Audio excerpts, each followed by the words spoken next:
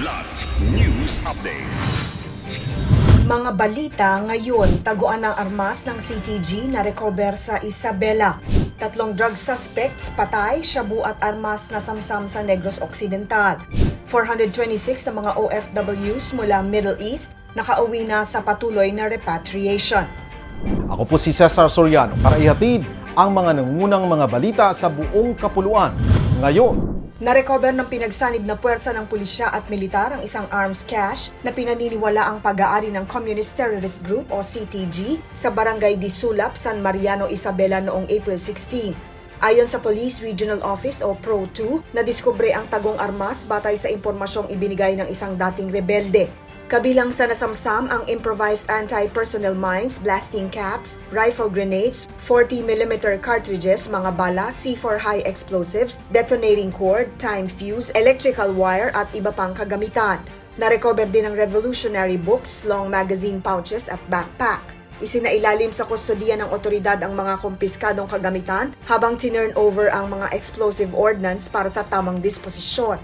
Ayon sa pulisya, bahagi ito ng pinaigting na operasyon laban sa insurhensiya sa rehiyon.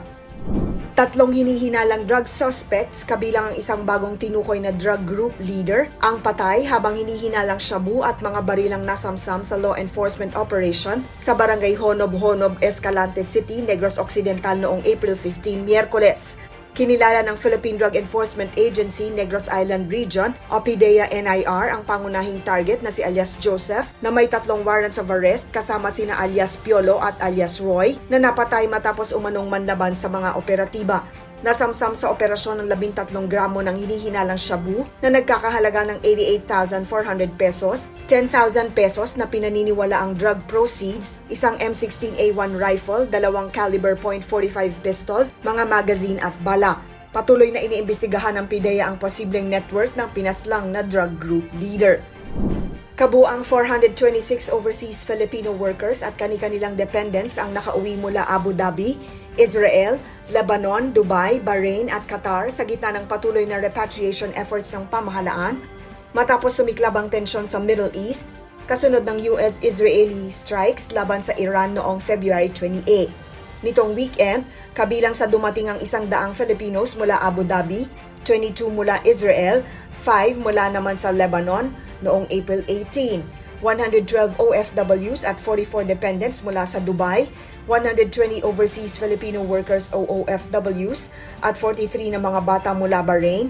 Dagdag pa ang 26 OFWs at 15 dependents galing Doha, Qatar noong April 17 naman ayon sa Department of Migrant Workers o DMW at Overseas Workers Welfare Administration o OWA.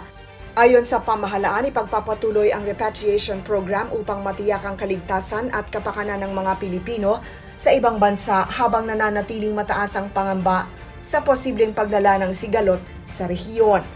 Para sa Kidlat News Channel, ako si Rosalyn Sinchongko, nag-uulat. ako po si Cesar Soriano, kasama nyo sa bawat pagputo ng balita.